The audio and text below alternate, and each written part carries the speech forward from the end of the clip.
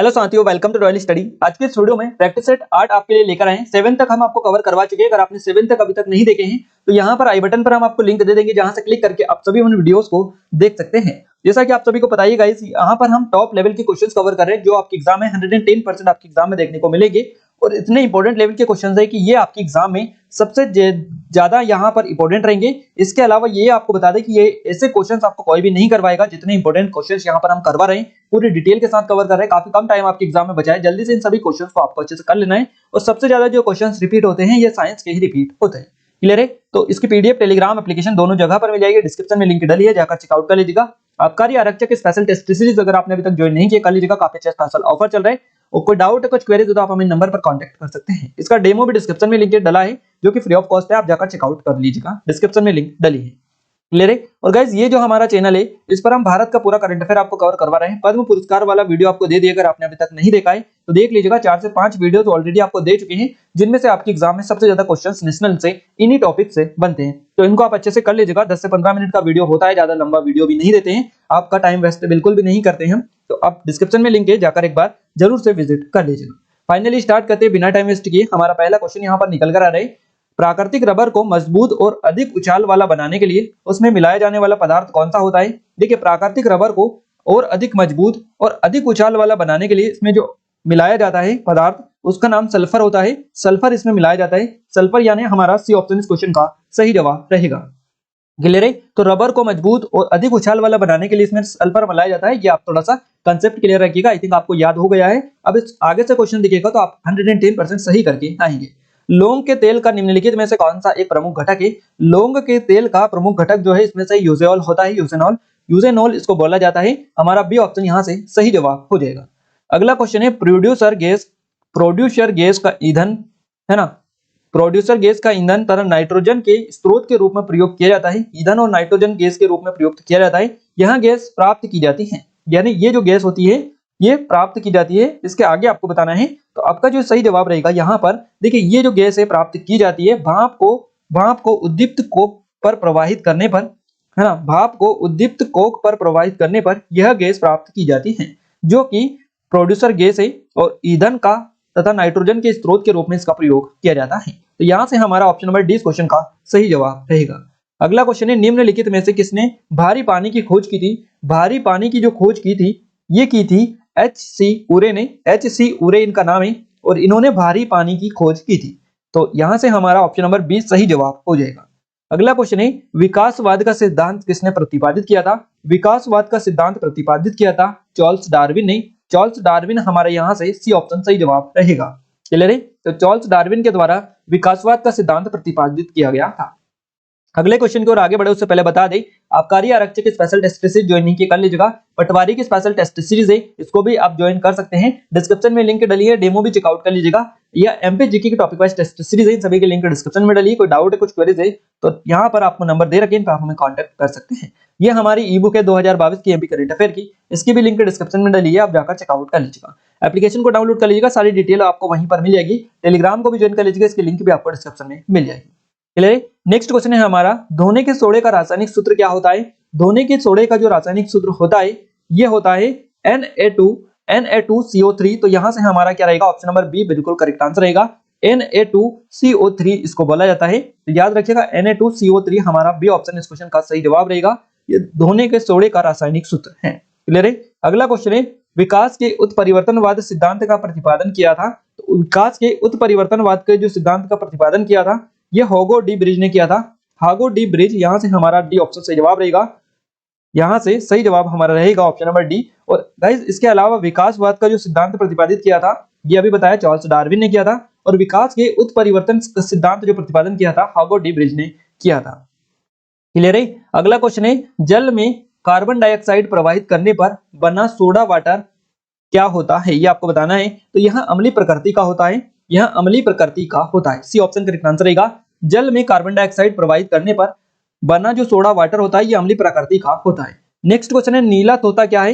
नीला तोता आपको बताना है ये क्या होता है। तो ये कॉपर सल्फेट होता है। कॉपर सल्फेट हमारा यहाँ से फर्स्ट ऑप्शन बिल्कुल सही जवाब रहेगा। क्लियर है? अगला क्वेश्चन है, निम्न में से कौन सा रोग ऐसा है जो मच्छरों से नहीं फैलता है? मच्छरों से कौन सा रोग नहीं फैलता है ये आपको बताना है। तो यहाँ पर इंसेफेलाइटिस जो रोग होता है, जो कि बी ऑप्शन में आपको दे रखा है, तो ये जो रोग होता है इंसेफेलाइटिस रोग इसको बोला जाता है, और ये रोग मच्छरों से नहीं फैलता है। अगला क्वेश्चन है, शाकाहारी व्यक्ति के लिए सबसे अधिक प्रोटीन किस वर्ग में मिलेगी, है ना। शाकाहारी व्यक्ति के लिए सबसे अधिक जो प्रोटीन मिलती है, ये मिलती है चना में, मटर और सोयाबीन। तो चना, मटर, सोयाबीन, यहाँ से हमारा option number C correct answer रहेगा। शाकाहारी वर्ग के लिए या शाकाहारी व्यक्ति के लिए सबसे अधिक प्रोटीन की अगर आपसे क्वेश्चन बने तो आपको यही लगाना है, चना, मटर और सोयाबीन, इनमें सबसे अधिक प्रोटीन मिलती है। क्लियर है। अगला क्वेश्चन है, हड्डियों का निर्माण किसके द्वारा होता है। हड्डियों का जो निर्माण होता है ये कैल्शियम फॉस्फेट के द्वारा होता है। कैल्शियम फॉस्फेट हमारा फर्स्ट ऑप्शन करेक्ट आंसर रहेगा। अगर आप ये से क्वेश्चन बने आपका कि कैल्शियम फॉस्फेट से किसका निर्माण होता है, तो हड्डियों का आपको लगाना है। हड्डियों का निर्माण कैल्शियम फॉस्फेट से ही होता है। नेक्स्ट क्वेश्चन है, मानव पित्त जो एक पीले हरे रंग का तरल है और इसकी प्रकृति कैसी है, ये आपको बताना है। मानव पित्त जो पीले हरे रंग का एक तरल है की प्रकृति कैसी होती है, तो इसकी प्रकृति अम्लीय होती है। अम्लीय, यहाँ से हमारा फर्स्ट ऑप्शन सही जवाब रहेगा। अगला क्वेश्चन है, निम्न में से कौन सा हड्डी का तत्व नहीं है। इसमें से हड्डी का जो तत्व नहीं है ये कार्बन नहीं है। कार्बन हमारा फर्स्ट ऑप्शन करेक्ट आंसर रहेगा, ये नहीं है। बाकी कैल्शियम, ऑक्सीजन और फास्फोरस ये सभी हड्डी का तत्व होते हैं। अगला क्वेश्चन है, रक्त तथा मूत्र में शर्करा का परीक्षण किससे किया जाता है। रक्त तथा मूत्र में शर्करा का जो परीक्षण किया जाता है ये किया जाता है बेनेडिक्ट विलियन से। बेनेडिक्ट विलियन, यानी डी ऑप्शन करेक्ट आंसर हो जाएगा। अगला क्वेश्चन है हमारा, सिगरेट लाइटर में निम्नलिखित में से कौन सी गैस प्रयुक्त होती है। आप सभी ने देखा होगा सिगरेट लाइटर को, और इसमें जो गैस पाई जाती है ये रेडोन गैस इसमें होती है। कौन सी, रेडोन गैस होती है इसमें। तो इसमें जो प्रयुक्त गैस होती है इसका नाम रेडोन है। हमारा डी ऑप्शन सही जवाब रहेगा। क्लियर है। क्वेश्चन इस तरह से भी आपके पूछे जा सकते हैं कि बताइए रेडोन जो गैस होती है किसमें प्रयुक्त की जाती है, तो ये सिगरेट लाइटर में प्रयुक्त की जाती है। यानी कि आपको क्वेश्चन और आंसर में दोनों में से एक्सचेंज कर देते हैं, वो आंसर जो होता है उसको क्वेश्चन के फॉर्मेट में भी पूछ लिया जाता है। अगला क्वेश्चन है, निम्नलिखित गैस मिश्रणों में से कौन सा गैस वेल्डिंग के लिए प्रयुक्त किया जाता है। अब इसमें से बताना है वेल्डिंग के लिए जो गैस प्रयुक्त किया जाता है इसका नाम कौन सा है। ऑक्सीजन। ऑक्सीजन के अलावा एसिटिलीन ये होता है, एसिटिलीन। तो यहाँ से हमारा या बी ऑप्शन करेक्ट आंसर रहेगा। ऑक्सीजन तथा एसिटिलीन ये जो मिश्रण है गैसों का, इसका यूज वेल्डिंग के लिए किया जाता है। अगला क्वेश्चन है, विषाक्त मस्टर्ड गैस होती है। विषाक्त मस्टर्ड जो गैस होती है ये द्रव, यहाँ से हमारा फर्क option number B correct answer हो जाएगा। नेक्स्ट क्वेश्चन है, निम्नलिखित में से कौन बहुलक नहीं है। इसमें से बताना है बहुलक कौन नहीं है। तो देखिए यहाँ पर चार ऑप्शन आपको दे रखे, घी, स्टार्च, प्रोटीन और रुई यानी कपास, है ना। और इसमें आपसे पूछा है कि बहुलक कौन सा नहीं है, तो हमारा फर्स्ट ऑप्शन करेक्ट आंसर रहेगा घी, इसमें से बहुलक नहीं है। अगला क्वेश्चन है, प्लास्टिक में कौन सी गैस उत्पन्न होती है। प्लास्टिक में जो गैस उत्पन्न होती है इस गैस का नाम है पॉलीथिलीन, इसको बोला जाता है पॉलीथिलीन, जिसको हमारा यहाँ से डी ऑप्शन करेक्ट आंसर रहेगा। प्लास्टिक में जो गैस उत्पन्न होती है इसको पॉलीथिलीन बोला जाता है। डी ऑप्शन करेक्ट आंसर हो जाएगा। अगला क्वेश्चन है, बुलेट प्रूफ पदार्थ बनाने के लिए निम्नलिखित में से कौन सा बहुलक प्रयुक्त होता है। बुलेट प्रूफ पदार्थ बनाने के लिए जो बहुलक यानी पॉलीमर प्रयुक्त किया जाता है उसका नाम क्या है, तो उसको बोला जाता है पॉलीएमाइड बोला जाता है। पॉलीएमाइड यानी बी ऑप्शन सही जवाब रहेगा। इससे बुलेट प्रूफ पदार्थ बनाए जाते हैं, यह बनाने के लिए यूज किया जाता है। अगला क्वेश्चन है, जब चींटियां काटती है तो वहां अंतःक्षेपित करती है। जब चींटियां काटती है तो वहां अंतःक्षेपित जो करती है यह फॉर्मिक अम्ल को करती है। फॉर्मिक अम्ल हमारा सी ऑप्शन करेक्ट आंसर रहेगा। और ये हम ऑलरेडी ये क्वेश्चन रिपीट हुआ है आपका, इससे पहले भी हम इसको कवर करवा चुके हैं, बट ये क्वेश्चन जो है रिपीट हो रहे हैं, ये आपके एग्जाम में ही रिपीट हो रहे हैं, हम इनको जानबूझकर रिपीट नहीं कर रहे हैं। क्लियर है। अगला क्वेश्चन है, लहसुन की यानी गार्लिक जो होता है इसकी अभिलाक्षणिक गंध का कारण क्या होता है। लहसुन में जो गंध आती है इसका कारण बताना है आपको कि किस लिए आती है। इसका सल्फर जो यौगिक होता है, सल्फर यौगिक, जिसको सल्फर कंपाउंड बोला जाता है, तो सल्फर यौगिक के कारण लहसुन में गंध आती है। हमारा बी ऑप्शन करेक्ट आंसर रहेगा। अगला क्वेश्चन है, जमी हुई झील के अंदर मछली जीवित रह सकती है, क्यों रह सकती है। जमी हुई झील से ये तात्पर्य यहाँ पर है कि इस तरह से ये झील है और ये इतना पानी यहाँ पर भरा हुआ है और यहाँ पर पूरा बर्फ से पैक है, यानी बर्फ जम चुका है यहाँ पर, और यहाँ पर ऊपर से नीचे बिल्कुल पॉसिबल ही नहीं है आना जाना, यानी बर्फ पूरी तरह से यहाँ पर जम चुका है। तो उसके अंदर यहाँ पर मछलियां जो रहती है वो जीवित रह सकती है। इसका कारण आपसे पूछा है कि क्यों जीवित रह सकती है। क्लियर है। तो यहाँ पर हमारा जो सही जवाब रहेगा ये इसलिए रहेगा, ऑप्शन नंबर सी रहेगा। यहाँ से तलों के निकट पानी नहीं जमता है, तलों के निकट पानी नहीं जमता है, यहाँ से सी ऑप्शन करेक्ट आंसर रहेगा। क्लियर है। तो गाइस यहाँ पर हम अगर यहाँ से ऊपर से देखते हैं तो हमको ऐसा लगता है जैसे कि पूरा जो पानी है जम चुका है, ये पूरा पानी ठंड में जम चुका है, बट यहाँ पर नीचे का जो पानी होता है इसका जमीन से के आसपास का जो पानी होता है ये पानी यही आपको ऑप्शन में दे रखा है कि तलों के निकट का जो पानी है ये नहीं जमता है, इसलिए मछलियां जीवित रह सकती हैं। तो सी ऑप्शन यहाँ से हमारा करेक्ट आंसर हो जाएगा। अगला क्वेश्चन है, जल के बाहर निकाल ली जाने पर मत्स्य मर जाती है, क्यों मर जाती है? जल से बाहर निकाल ली जाने पर मछली जो होती है ये मर जाती है। ये इसलिए मर जाती है क्योंकि वह सांस नहीं ले पाती है। सांस नहीं ले पाती है, तो सी ऑप्शन हमारा करेक्ट आंसर रहेगा। अगला क्वेश्चन है, फ्यूज का सिद्धांत है। फ्यूज का जो सिद्धांत है ये विद्युत का ऊष्मीय प्रभाव से रिलेटेड है। विद्युत का ऊष्मीय प्रभाव हमारा सी ऑप्शन करेक्ट आंसर रहेगा। अगला क्वेश्चन है, फ्यूज में प्रयुक्त होने वाले तार की विशेषता होती है। फ्यूज में जो तार प्रयुक्त किया जाता है ये उच्च प्रतिरोध शक्ति का होता है। तो उच्च प्रतिरोध शक्ति और निम्न गलनांक का ये होता है।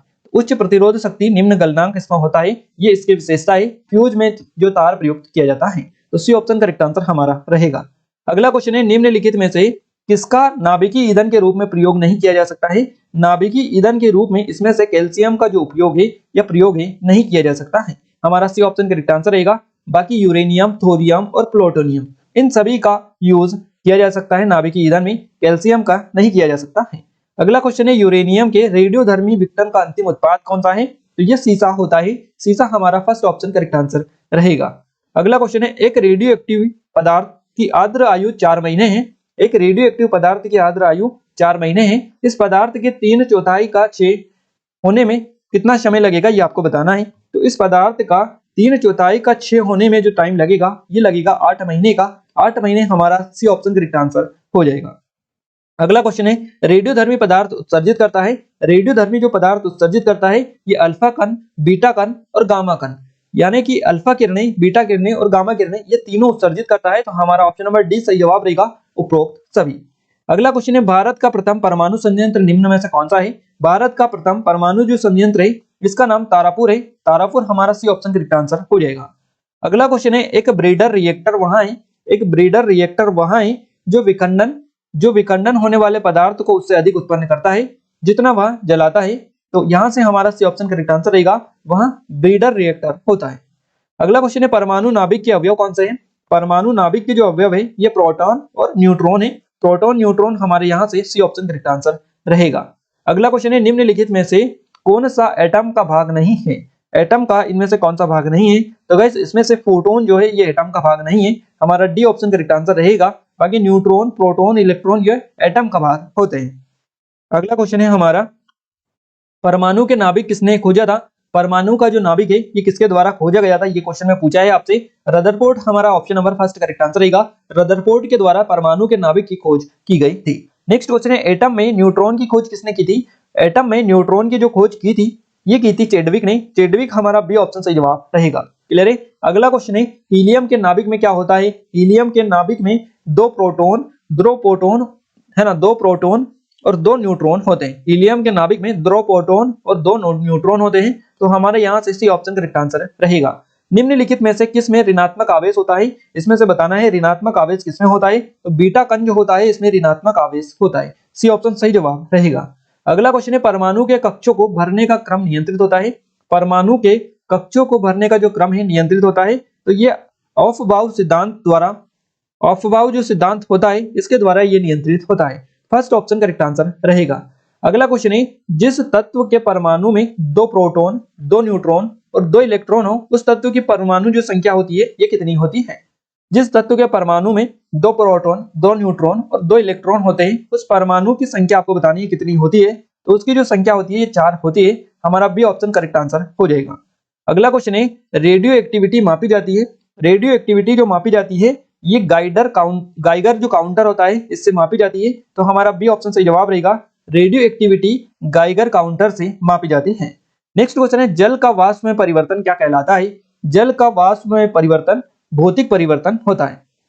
जल का वाष्प में परिवर्तन भौतिक कहलाता है। तो यहां से हमारा बी ऑप्शन करेक्ट आंसर रहेगा। अगला क्वेश्चन है, भूपर्पटी में सर्वाधिक पाया जाने वाला तत्व कौन सा है? तो भूपर्पटी में सर्वाधिक पाया जाने वाला जो तत्व है इसका नाम ऑक्सीजन है। ऑक्सीजन हमारा फर्स्ट ऑप्शन करेक्ट आंसर रहेगा। ये भूपर्पटी में सर्वाधिक पाया जाने वाला तत्व है। अगला क्वेश्चन है, ऑक्सीजन के बाद सबसे अधिक उपलब्ध कौन सा मूल तत्व है? ऑक्सीजन के बाद सबसे अधिक उपलब्ध जो मूल तत्व है इसका नाम सिलिकॉन है। सिलिकॉन यहाँ से हमारा फर्स्ट ऑप्शन करेक्ट आंसर रहेगा। क्लियर है। अगला क्वेश्चन है, निम्नलिखित में से कौन सा मूल तत्व है इसमें से बताना है। तो इसमें से मूल जो तत्व है ये हीरा है। बी ऑप्शन करेक्ट आंसर रहेगा। रेत, संगमरमर, शक्कर ये मूल तत्व नहीं है, हीरा एक मूल तत्व है। अगला क्वेश्चन है, निम्नलिखित धातु युग्मों में से किस एक में क्रमशः सबसे हल्की धातु एवं सबसे भारी धातु है ना। सबसे हल्की और सबसे भारी धातु आपको बताना है। तो देखिए इसमें से सबसे अगर हम हल्की धातु की बात करें तो ये लिथियम होती है, और सबसे भारी धातु की बात करें तो ये होती है ऑस्मियम। तो यहाँ पर लिथियम एवं ऑस्मियम क्रमशः आपसे पूछा है तो हम क्रमशः ही बताएंगे। तो यहाँ से हमारा बी ऑप्शन करेक्ट आंसर रहेगा। अगला क्वेश्चन है, सर्वाधिक कठोर तत्व निम्न में से कौन सा है। सर्वाधिक जो कठोर तत्व है ये हीरा होता है, हीरा सबसे अधिक कठोर होता है। तो फर्स्ट ऑप्शन हमारा करेक्ट आंसर रहेगा। अगला क्वेश्चन है, निम्न में से कौन सा कठोरतम धातु है। इसमें से बताना है कठोरतम धातु कौन सी है। तो यहाँ पर प्लेटिनियम जो है ये कठोरतम धातु है, सी ऑप्शन करेक्ट आंसर हो जाएगा।